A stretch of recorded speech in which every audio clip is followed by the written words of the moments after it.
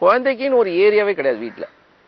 நீங்க வந்து அங்க ஒரு டெலிவிஷன் வச்சிடுறது, அங்க ஒரு எலக்ட்ரிக்கல் பாயிண்ட் வச்சிடுறது, ஹசார்ட்ஸ் எல்லாம் வச்சுட்டு நம்ம மாத்திரம் இப்படி இருப்போம், குழந்தை மாத்திரம் அதை கேட்ச் பண்ணணும். Because they catch in lightning speed, மின்னல் வேகம். ஏன்னா everything is new to the child. வரதெல்லாம் வாங்கி போட்டுக்கிட்டே இருக்கும். அதுல ஒரு ப்ராப்பரா ஆர்கனைஸ் பண்ணி அம்மா வந்து ஒரு இந்த சென்சோரியல் ஸ்கில் டெவலப்மெண்ட் இருக்கு பாருங்க. இப்போ உடல் வளர்ச்சிக்கு நான் சொல்லிட்டேன் அதோட புரதச்சத்து. சரி, இப்ப அந்த பிறப்புவே ஒரு விரிவா எடுத்து சொன்னீங்க வந்து, அதுக்கு அடுத்த நிலைகள். அடுத்ததுலதான் இந்த ஒரு குழந்தையோட தேகத்திறன்ங்கிற போது ஹெல்த் வந்து ரொம்ப ரொம்ப முக்கியம். அந்த ஹெல்த் வந்து பேசிக்கா வந்து தாய்ப்பால் தான் வந்து குழந்தையோட ஒரு புரதச்சத்துக்கள் எல்லாம் நிறைந்தது. டின் ஃபுட்லாம் வந்து அது தேவையான அளவு புரதச்சத்தை கொடுக்குதாங்கிறத ஒரு வைட்டமின் டிஃபிஷியன்சி இருக்கும். ஆனா இந்த தாய்ப்பால் ஒண்டி தான் இந்த குழந்தையோட வளர்ச்சி படிகளுக்கு ஏற்றால் போல் இந்த uterus contrast and breast milk அதோட புரதச்சத்துக்களே மாறுபடும். அதான் everyday it is a factory added with new vitamin, depletion of some vitamins. எது தேவை எது தேவையில்லை அதை வந்து நிர்ணயிக்கும். அதனால இந்த தாய்ப்பால் கொடுக்கறதுல குழந்தைக்கு வந்து பூர்ணத்துவம் கிடைக்கும் அந்த ஃபுட்டுல. அப்புறம் மகளிருக்கு வந்து அதனால பல நன்மைகள் இருக்கு. அதனால இந்த தாய்ப்பால் கொடுக்கணுங்கிற கான்செப்டை இவங்க 1.5 வருஷம் வேலைக்கு போகாம இருந்து கொடுக்கலாம், அல்லது வேலைக்கு போறவங்களா இருந்தா அதை கோல்டு ஸ்டோரேஜில் வச்சுட்டு போய் கொடுக்க சொல்லலாம். இது வந்து ரொம்ப ரொம்ப ரொம்ப இம்பார்ட்டன்ட் ஒன்று.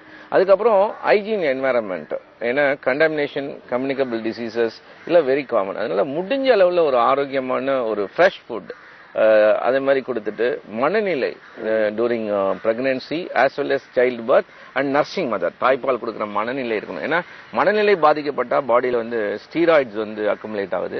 அந்த ஸ்டீராய்டு வந்து குழந்தைக்கு போறதுனால குழந்தையோட அந்த அடமென்சி, தி கேரக்டர் ஆஃப் அடமென்சி என்ன ஆகுதுன்னா அதிகமாகுது. ஊக்க மருந்து, அந்த ஊக்க மருந்து ஸ்போர்ட்ஸ் மேனுக்கு எல்லாம் கொடுக்குற மாதிரி தாய்ப்பால் வழியா போயிடுது. அது அதனால அந்த மகளிரோட அந்த பெண்ணோட அந்த இளம் பெண்ணோட இளம் தாயோட இது வந்து இருக்கணும். அப்புறம் தாயோட பொறுப்புகள் என்ன, தாய்மை ஆகிறதுக்கு முன்னாடியோ தாய்மை ஆன உடனேயோ இந்த நிறைய பேரை கேட்டு தெரிஞ்சுக்கணும். அதுல வந்து எது உங்களுக்கு சூட்டபிள் ஆகும். ஏன்னா இந்த அவங்க என்ன சொல்லுவாங்க, ஒரு 40 வயசுல நான் இதெல்லாம் பண்ணிருக்கலாம் ஐ ஹவ் மிஸ்ட் அப்படிங்கிற போது அதெல்லாம் நீங்க என்ன பண்ணணும், பொறுப்புணர்ச்சியோட கேட்டு தாய்மையோட ரெஸ்பான்சிபிலிட்டி என்ன.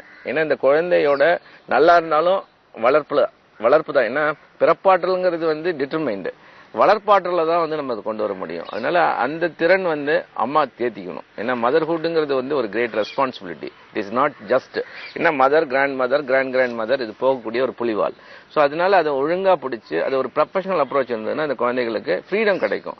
அப்புறம் அவுட்டிங் நிறைய கூட ஒரு 6 வருஷத்துக்கு மேல அப்புறம் கொஞ்சம் டிசீஸ் வந்தா கூட குவாக்கரி இல்லாம.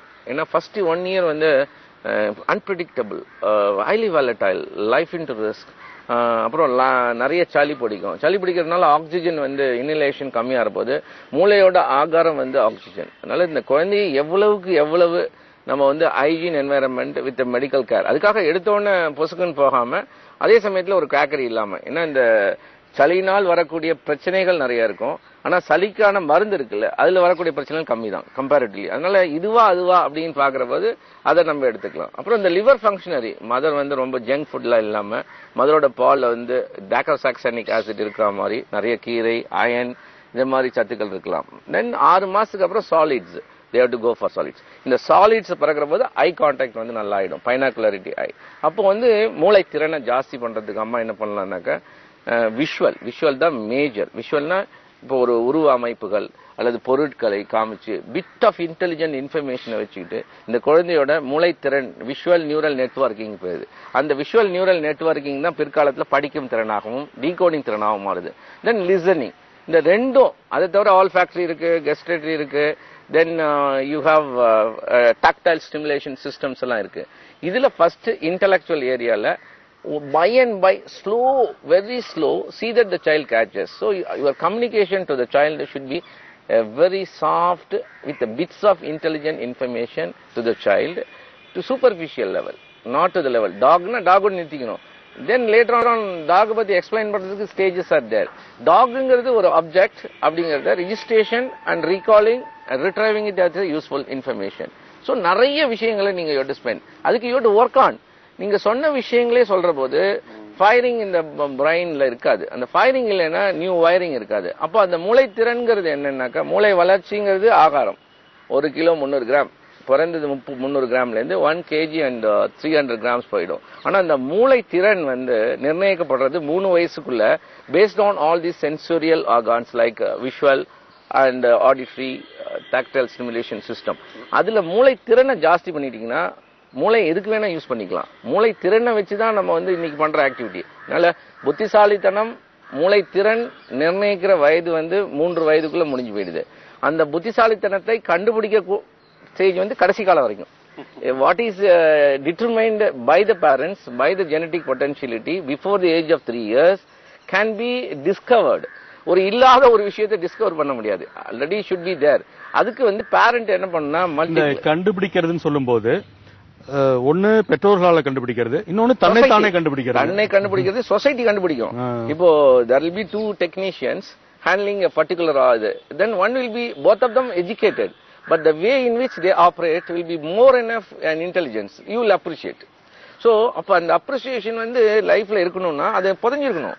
நாளைக்கு இந்த குழந்தைக்கு ஒரு சின்ன பிரச்சனை வருது அப்படின்னு வச்சுக்கோங்களேன், படிப்புல ஒரு சின்ன ப்ராப்ளம் வருது, அடலசன்ஸ்ல ப்ராப்ளம் வருது, இம்பேலன்ஸ் ஆஃப் பிரைன் கெமிக்கல்ஸ்ல வருதுன்னா நீங்க சொல்லலாம் அத I have done something to you during your foundation formative period. அஸ்திவாரம் நல்லா போட்டிருக்கேன், நீ why do you bother, you have everything, you can come up.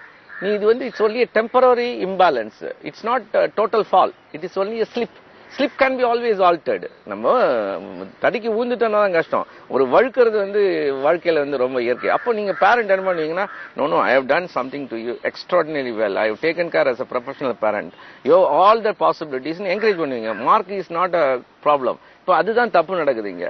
மார்க்குங்கிறது it's an accident, it's about 20% of the subject and 100%ல வந்து 20 எடுத்து 20ல ஃப்ளூக்ல அடிக்கிறது தான் determination.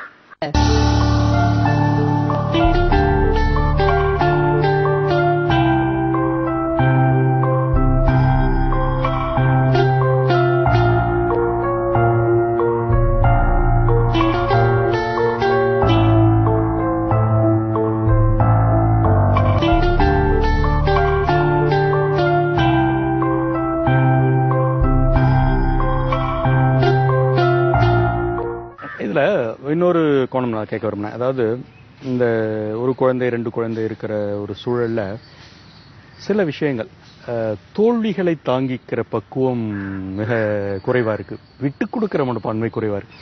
இதை சார்ந்து பெற்றோர்கள் என்ன பண்ணுங்க? எக்ஸலண்டான ஒரு கேள்வி. ஐ திங்க் இது ஆத்மார்த்தமா அவங்க ஹார்ட்ல இருந்து வந்திருக்கிற ஒரு கேள்வி. அதாவது தோல்வியே தெரியாம வளர்த்துறோம் குழந்தைங்களை. அதர் சைட் ஆஃப் த காயினை நம்ம சொல்றது இல்ல. We are allowing artificially the child to win even in the game. Carrom board அடிச்சா கூட நம்ம என்ன பண்றோம்னா சும்மா அதை விட்டு கொடுத்து விளையாடுறோம். அப்போ அந்த தோல்வியை அவுட் சைடு பீப்புள் கண்டிப்பா விட்டு கொடுக்க மாட்டாங்க, இன்னொரு குழந்தை கூட விட்டு கொடுக்காது. அதனாலதான் இந்த தோல்வியும் அந்த வெற்றியும் ஒரு இயற்கையா இருக்கணும்னா குழந்தை பருவத்திலே மூளையில ரிஜிஸ்டர் ஆறத என்ன தோல்வியும் வெற்றியும் சேர்ந்தே ரிஜிஸ்டர் ஆகணும். At times mother should say no, at times mother should say yes. when you will say, when you don't say is not a issue. அதனால அதர் சைடு ஆஃப் த காயினை நம்ம you must be a fact, உண்மையா இருக்கணும். அதான் நீங்க ஜெயிச்சா நீங்க ஜெயிச்சிடணும், நீங்க குழந்தையா மாதிரி விளையாடணும். அப்போ see to the capacity of the child நீங்க விளையாடி அந்த மாதிரி பண்ணிட்டீங்கன்னா பப்ளிக் பிளேஸ்ல இந்த குழந்தைக்கு வந்து தோல்விங்கிறது வந்து தாங்கிக்கூடிய ஒரு விஷயமாக இருக்கும். இந்த சமுதாய உணர்வு தான் சோசியல் எக்ஸலன்ஸ். கொடுக்கும் மனப்பான்மை இல்லாத போனதுக்கு காரணம் living in A nuclear family, highly possessive parents, not the child. Child wants freedom. இது அதோ இந்த எங்கோ இந்த அப்படி செய்யும் இப்படி செய்யணும், லுக்கிங் லைக் a toy. இன்னைக்கு ஒரு குரலை சொல்லிச்சுன்னா அதை போய் பெருசா பண்ணி அடுத்தது ஒரு அடி விழ போகுது. You don't exaggerate your child. Let her come out, let her say, let her file, all that.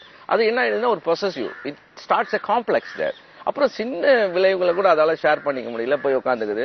Then end of it goes up to the level of suicidal. அதனால இந்த கொடுக்கும் மனப்பான்மையும் எல்லாமே பிரெயின் பயாலஜில ஃபார்மேட்டிவ் பீரியட்ல கொஞ்சம் நான் என்ன சொல்றேன்னா, you take a lead, everything you keep that lead alive. இப்போ நம்ம ஒரு வீட்ல ஃபேன் மாட்ட போறோம் அப்படின்னா கான்கிரீட் போடுற போது என்ன பண்றோம்னா we make a provision.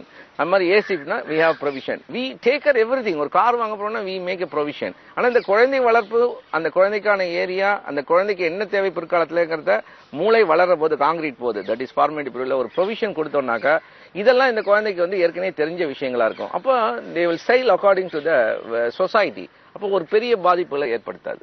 சரி, இதுல நீங்க தொடக்கத்துல சொன்ன மாதிரி ஜென்ரலாவே நம்ம அந்த பேரண்டிங் அப்படின்னால அது அம்மாவோட மட்டுமே தொடர்பு படுத்திடுறோம். அப்பாவோட பங்களிப்பு படுத்துறோம். அப்பா வந்து சோடு ஃபாதர்.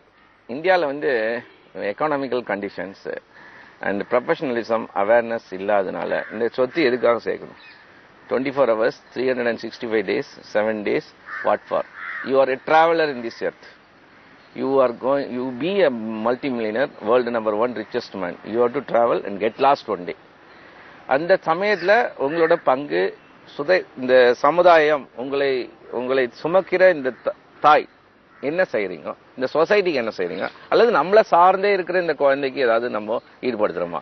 இவ்வளவு சொத்துக்களையும் சேர்த்து இந்த குழந்தைக்கு அசெட் மேனேஜ்மெண்ட் தெரியாம போயிடுச்சுன்னா, ஒரு தத்தாரியா போயிடுச்சுன்னா, all the efforts you lose, all your comfort, you are saving money. Are you making? That's what I came our Infosys Narayana Murthy used to refer.